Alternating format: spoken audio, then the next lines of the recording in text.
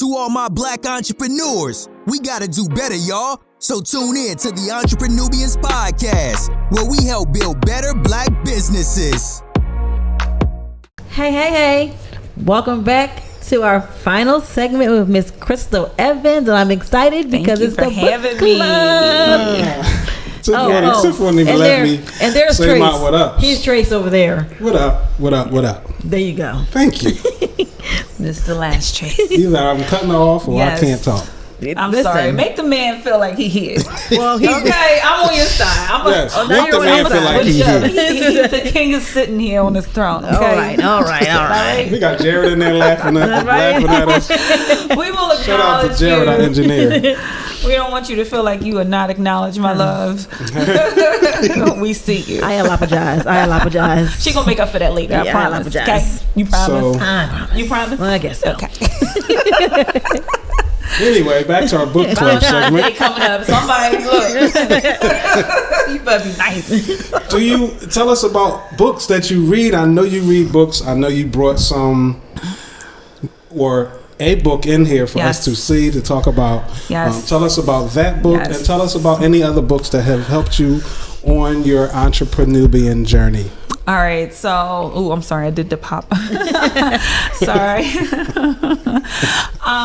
So I mean, I read a ton of books, and a lot of them are for personal and professional development. So my books are boring. Even when I registered to come be with you guys today, I was like, she's like, what books do I read? I'm looking at project management books. That's what we want to know, though. I'm looking at project management books. Y'all might hate me for this, but before Trump was president, I was a fan. And I have a couple of his books, like the art of negotiating and the style of negotiating. Let's talk about that. What made you a fan of Donald Trump? Well, now, I'm not saying you shouldn't be. I'm just curious. No, I don't want nobody to take this wrong. Like he's a I don't want to call him out his name. He's a great business person. He's not a great leader, but he's a great negotiator. He's great at getting what he wants. I like his strategic plan. He's a great strategic marketer. person, right? Yeah. So like he did his whole reality show just to build up the Big Bang so he could run his campaign. Mm-hmm. Meanwhile, he was going across the country and building up these large country clubs and making friends with people. Like he became the country club. You know what I mean? Right. Instead of like most people, they have to go to the country club to network and make friends. He was like, listen, I'm the owner. This is my name is on it. I'm Trump. Write a check to be a member and then support me on my campaign. So you gotta respect it. Like he knows how to leverage power. Yes, but he really does. For his own benefit. Yes. For his own benefit and the benefit of his family. So I like them as a family because they all work together, and they all down for the plan. Whether it's been they all in. So like Absolutely. I think that's just gangster in itself. It's like all right, and he sticks to who he truly is. He's not putting on a mask, right? So prior to that, I'm like, I respect that a person saying, listen, F you. Like this is who I am. You don't like it, oh well, keep it moving. Absolutely. So that's his That. personality. So Right. you in a sense you gotta respect it, but it's like at the same time, like his books, he has different people that he's done business with, and they talk about like how they negotiate and when to negotiate, when not to negotiate, and you just like to have insight from people who do good business, and sometimes you need to observe people that do bad business. Yes, you but do. I would have never thought that he would have been the type of president that he was. But he's also an average man. He's not well-rounded in politics. He did it for the power. Yes. He got it. He goes down in history as President Donald Trump. So we can't even discount that. So if that was again that ego, he did that. He did that. So you can't take that from him. Like at the end of the day, he is former President Trump. So I respect him on that level. So I read some of his books, and then I have books on like where I read like on presidents, like I've like John Adams, and like just the tenacity some of these men had. So I like to read up on stuff like that in marketing, looking at like just like color settings and branding and a lot of law, just understanding laws, and especially like contract law, intellectual property law. So I'm a geek. I'm a geek, but I love it because it gets, I know how to get to $1. About to say, that and helps. Make sure that I'm securing things for, again, not just for myself, but for my community. So a lot of the stuff that I'm reading, again, is just to professionally and personally develop what I'm doing for myself and for the community. Right. My most favorite, my book here is the Money Talks Edu Financial Literacy Guide for Teens, and it's the introduction to personal finance. So this is like a guide, like if I were to have a child and I wanted to give them everything that they need to know if I leave this earth, this would be it. So you need to know about socioeconomics so that you can rise above poverty. You need to know about banking and writing a check, even though like that's something that's like obsolete. It's something that you need to still know how to do.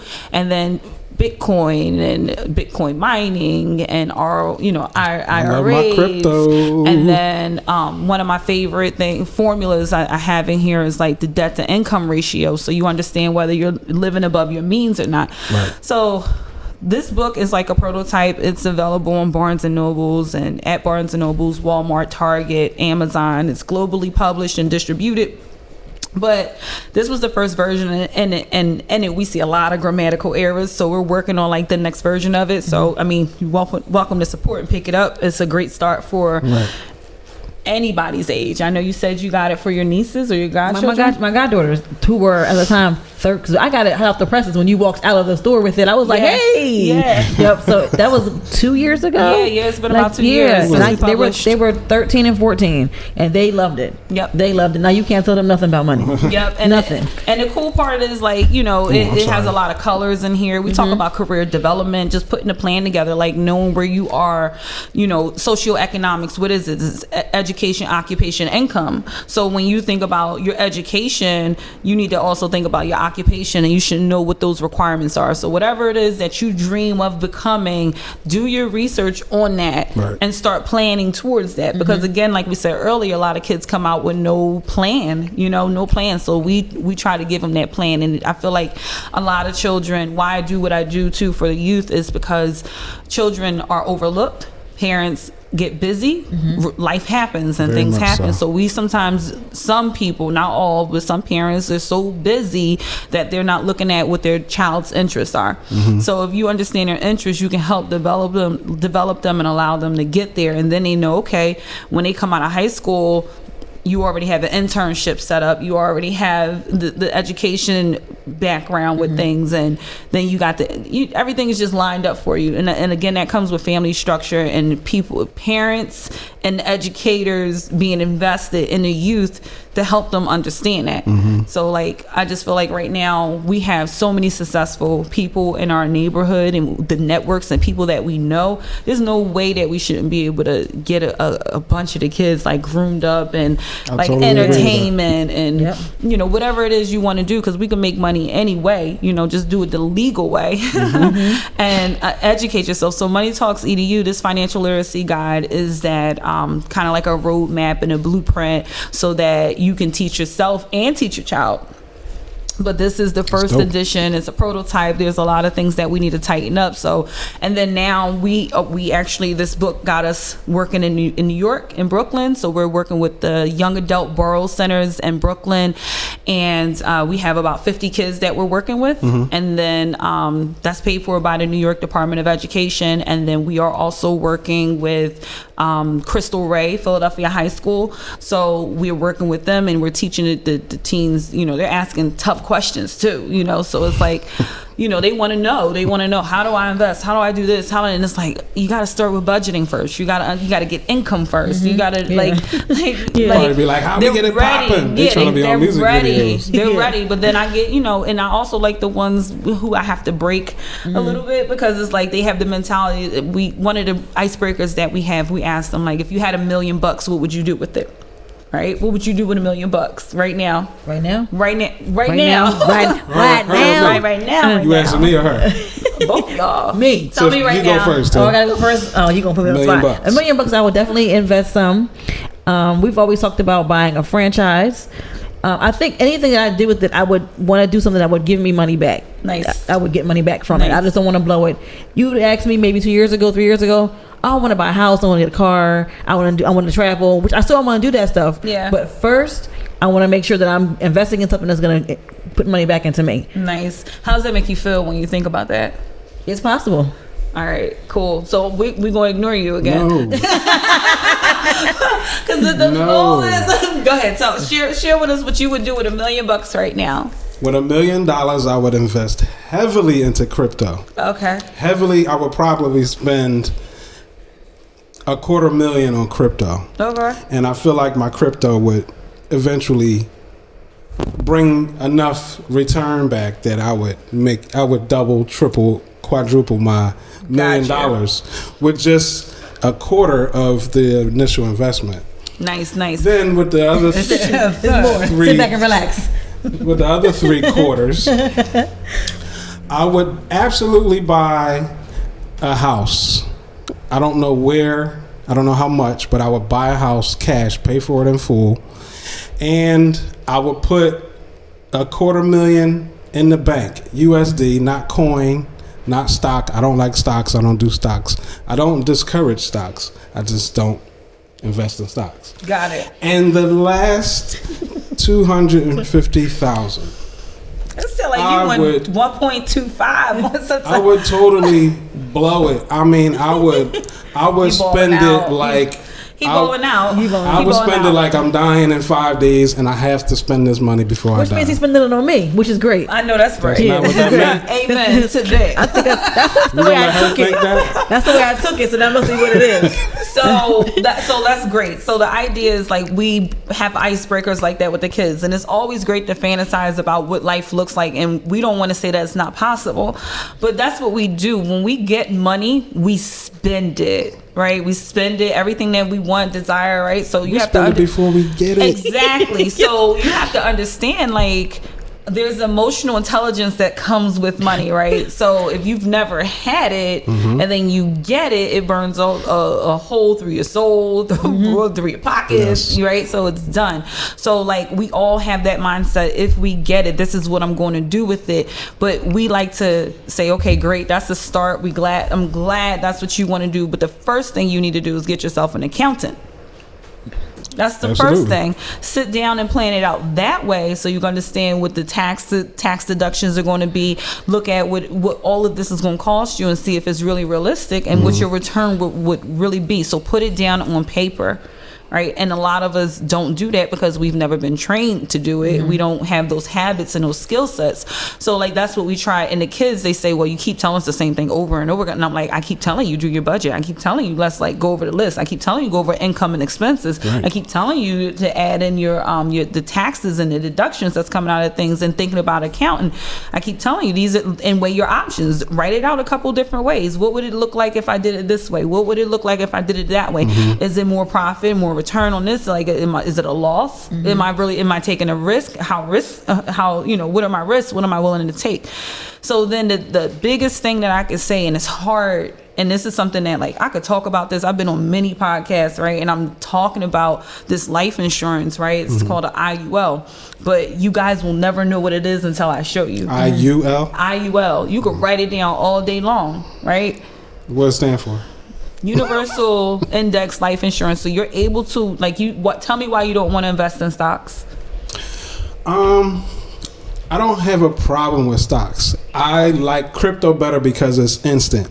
Stocks, the stock market closes at the end of the day. The crypto market doesn't close. Yeah, I can trade crypto 24/7 and it's instant. It's like this. The transactions are fast. Stock is just a little slow for me. And I used to trade stock. I just like crypto because it moves faster. Okay.